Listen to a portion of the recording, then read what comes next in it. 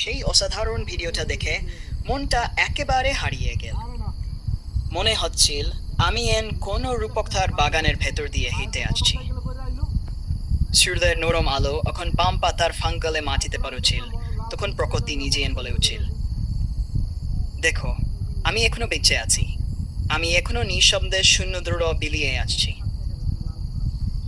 আপনার গমেরার চোখে সেই দশাটা এক জীবন্ত কবিতা হয়ে উঠেছে। আর পেছনের হালকা বাতাসের শব্দ, গাছের দোল, আর দূর থেকে ভেসে আসা পাখির ডাক, সব মিলিয়ে একটা শান্তির অভিজ্ঞতা।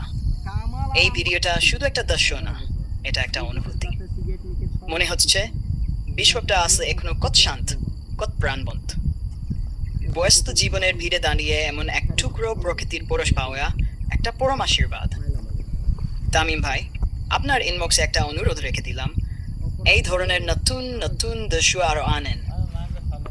হয়তো কোনো এক সকালে আবার দেখবো আপনার ক্যামেরা ধরা পড়েছে পাম বাগানের শিশির ভেজা সকাল, কিংবা বৃষ্টির শব্দে স্নিগ্ধ কোনো বিকেল।